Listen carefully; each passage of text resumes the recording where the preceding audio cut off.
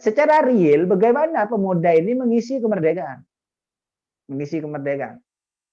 Maka bagaimana pemuda ikut andil dan aktif di dalam proses pembangunan dan pemberdayaan sosial. Jadi yang namanya pembangunan itu bukan hanya dalam persoalan fisik. Social development, pembangunan sosial.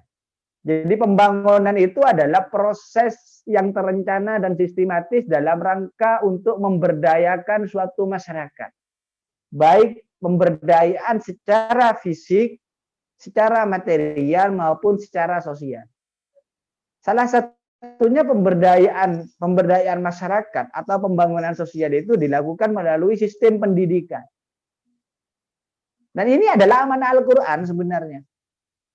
Melalui sistem pendidikan. Jadi kalau ukuran keberhasilan suatu negara itu kan diukur dari IPM-nya. Indeks Pembangunan Manusia, Human Development Index. Jadi kalau Pamekasan, alhamdulillah, Pamekasan itu adalah kabupaten di Madura itu yang paling banyak lembaga pendidikannya. Kita Kabupaten Pamekasan itu mempunyai 73 SMA swasta, 9 SMA negeri, sekitar 88 SMK. Yang tersebar di 13 kecamatan, 179 desa dari kelurahan. Itu Pamekasan. Perguruan tingginya ada 15 perguruan tinggi. 2 universitas, 2 institut, sekarang ditambah 1, Setaimo sudah menjadi institut sekarang. Berarti 3 institutnya, yang negeri 1, yang institut, IAIN. Di sini yang lainnya sekolah tinggi. Artinya apa?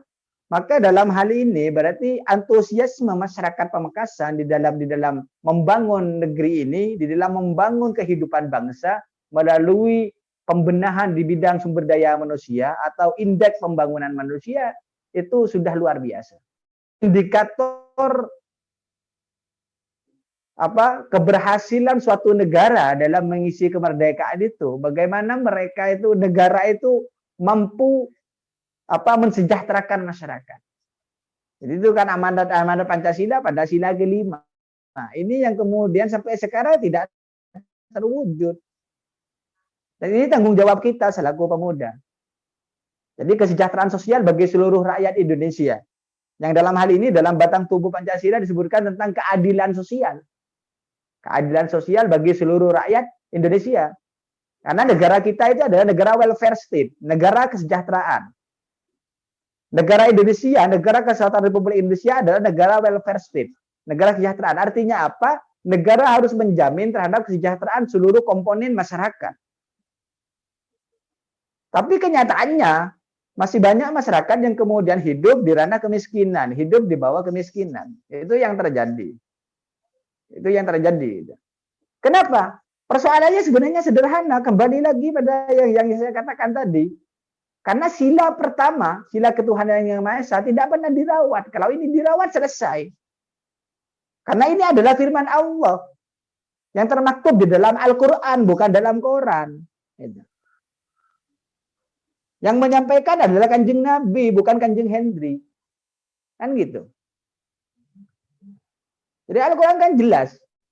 Ketika suatu negara itu menyandarkan segala sesuatunya pada aspek-aspek ketuhanan yang dimanifestasikan dalam bentuk keimanan ketakwaan kepada Allah Subhanahu wa taala, kepada Tuhan yang Maha Esa oleh komponen masyarakat, maka akan diberikan suatu barokah oleh Allah. Walau anna ahlal qura amanu wattaqau la fatahna 'alaihim barakatim minas sama'i wal ardh.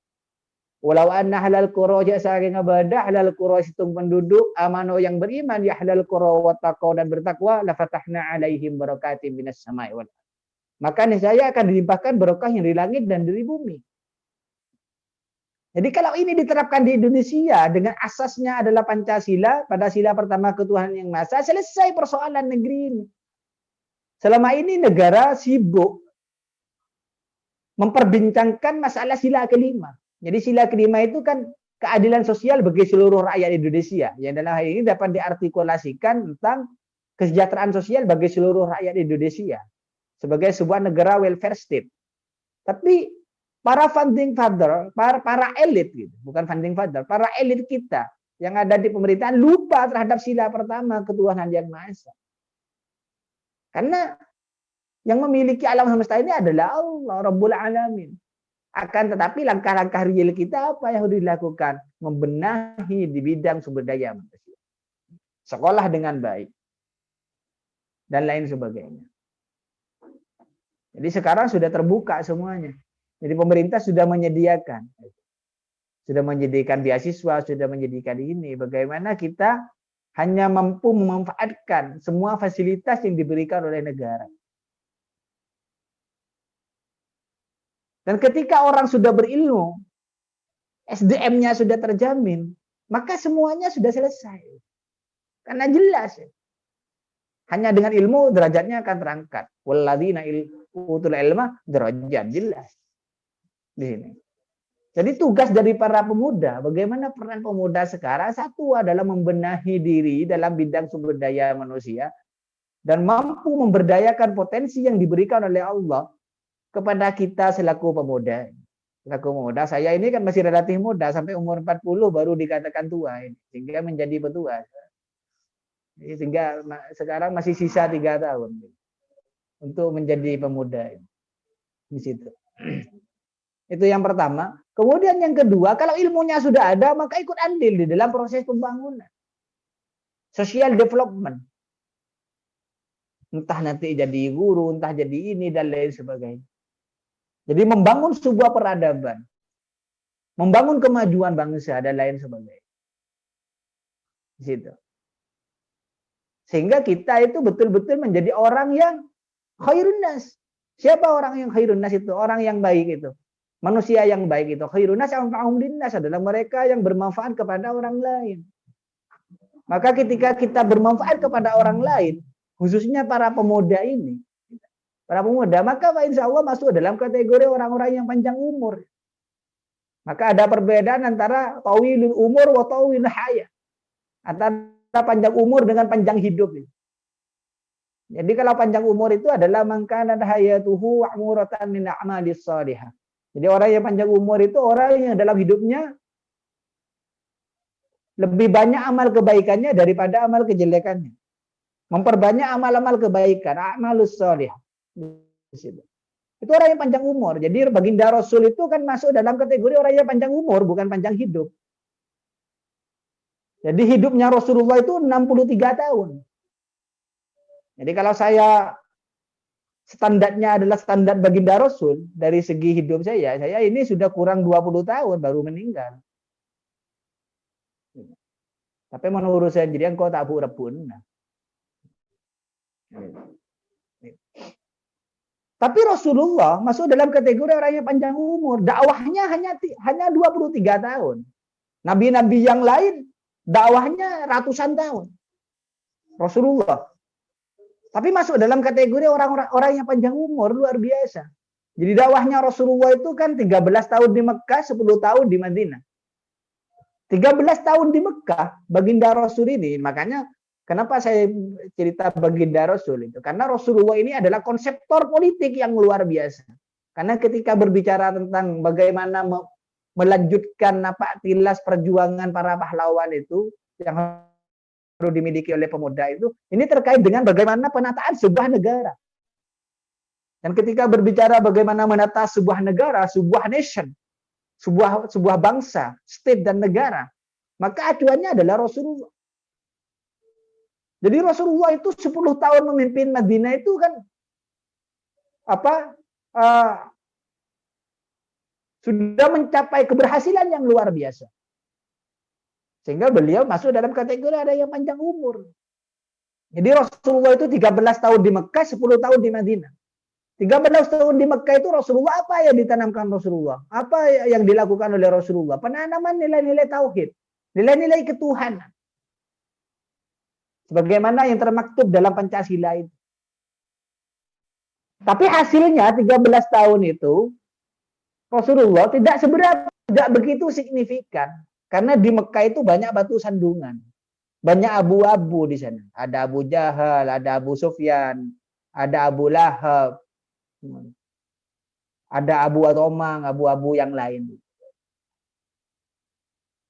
Rasulullah di situ. Sehingga ini disebutkan di dalam Ulumul Ijtima' Muqaddimah jilid 1 dan jilid 2, Abdurrahman Ibn Khaldun mengatakan masyarakat pada waktu itu dibagi menjadi 3. Sebelum Rasulullah lahir dan diutus, dan ketika Rasulullah sudah diutus pada waktu itu. Yang pertama adalah orang-orang mutahannifun. Adalah mereka-mereka yang lembut hatinya. Mereka-mereka yang diselamatkan hatinya oleh Allah. Siapakah mereka? Mereka adalah orang-orang yang masih mengikuti syariahnya Ibrahim dan Ismail alaihissalam. Siapakah mereka? Mereka keluarga Rasulullah, ibunda Rasulullah, ayahanda Rasulullah, kakek Rasulullah, paman Rasulullah, kecuali Abu Lahab, karena sudah jelas dalam surah Al-Lahab di situ. Itu orang-orang mutahannifun, orang-orang yang hanif, orang-orang yang condong hatinya pada kebenaran. Seperti Abu Bakar As-Siddiq, Utsman bin Affan, itu orang-orang mutahannifun. Tidak pernah musyrik dia. Tidak pernah menyembah berhala. Tapi ketika Islam sudah disyariahkan, maka Utsman bin Affan dari golongan orang kaya dan Abu Bakar As-Siddiq dari golongan tua langsung menyatakan diri masuk Islam dan beriman kepada Allah dan beriman kepada Muhammad sebagai Rasulullah pada waktu itu. Kemudian yang kedua adalah ahlul kitab. Golongan yang kedua para ahli kitab, Yahudi dan Nasrani. Tapi komunitas Yahudi yang terbanyak adalah di Yathrib pada waktu itu. Jadi Madinah pada waktu itu masih belum bernama Madinah, namanya Yathrib. Komunitas yang ketiga adalah orang-orang pagan, paganisme, para penyembah berhala. Komunitas yang ketiga ini yang paling banyak dalam komunitas Arab. Sehingga Rasulullah melakukan dakwah di situ. Yang ditanamkan nilai-nilai tauhid. Sama dengan founding father kita dalam meletakkan batu dasar pertama berdirinya Negara Kesatuan Republik Indonesia. Apa yang ditanamkan? Nilai-nilai tauhid. Bagaimana Ki Bagus itu dengan Ki Haji Kahar Muzakir misalnya yang merumuskan Pancasila di dalam merumuskan Undang-Undang Dasar 1945 dalam pembukaan itu dengan rahmat Allah Subhanahu wa taala kan gitu. Karena memang nilai-nilai ketuhanan dulu yang harus dirumuskan. Masalah yang lainnya selesai ketika misalnya ketuhanan ini sudah diselesaikan. Tapi sekarang kita kemudian tidak memberdayakan akal budi. Hanya akal fikir kita yang kemudian digunakan. Para elit dan lain sebagainya mau menyelesaikan persoalan kemiskinan itu tidak mengacu pada asas-asas agama. Jadi mau melakukan pengentasan kemiskinan, pembangunan di bidang ekonomi, seminar kemana-mana. Sebenarnya konsep Islam kan sederhana. Apa konsepnya Islam? Yang kaya membantu yang miskin. Selesai. Melalui konsep apa? Zakat. Jadi kalau misalnya zakat ini betul-betul diberi payung oleh pemerintah misalnya, diberi payung, diwajibkan kepada kaum muslimin, kemudian Badan Amil Zakat dan lain sebagainya itu betul-betul mengelola dan lain sebagainya, tidak ada orang yang miskin. Anggaplah kalau misalnya pendapatan per kepala keluarga 100.000 per bulan, maka berarti per kepala keluarga harus berzakat tiap bulannya 2.500. Kalikan jumlah masyarakat Islam di Indonesia. Kalau 100.000, kalau 3 juta. Kalau tiap bulan 1.500 saja itu sudah 33.000. Kalau 1 tahun kan 450.000 per 1 orang. Zakat, wajib zakat hanya 2,5%. Sehingga ini bisa untuk pemberdayaan bidang ekonomi, pemberdayaan bidang pendidikan dan lain sebagainya. Maka ini tugas kita sebagai pemuda. Jadi yang ahli ekonomi di Al-Khairat, misalnya yang jurusan ekonomi syariah, yang perbankan syariah, yang ahli pendidikan, godok bagaimana kemudian mengarah pada proses pencapaian kesejahteraan masyarakat yang tidak bertentangan dengan nilai-nilai agama. Karena kita adalah suatu bangsa yang lahir dengan asas-asas agama. Indonesia itu lahir dengan asas agama. Tidak bisa Indonesia itu lepas dari asas agama. Makanya sampai kapanpun komunisme di Indonesia tidak akan pernah bisa untuk menyatu dengan jiwa dan raga bangsa Indonesia. Maka ada 2 poin yang saya sampaikan tadi, bagaimana peran pemuda ini di dalam melanjutkan perjuangan dan nafatilas para pahlawan. Yang pertama adalah benahi diri di bidang sumber daya manusia. Baru setelah itu ikut andil dan berpartisipasi di dalam proses pembangunan. Di pembangunan masyarakat. Salah satunya adalah membangun masyarakat dalam sebuah peradaban melalui pembenahan bidang indeks pembangunan manusia atau pembenahan SDM. Demikian yang dapat saya sampaikan. Kita lanjutkan dalam sesi tanya jawab jika ada. Mohon maaf atas segala kurangan. Terima kasih atas segala perhatian. Billahi taufik wal hidayah. Wallahul muwafiq ila aqwamit thariq. Assalamualaikum warahmatullahi wabarakatuh.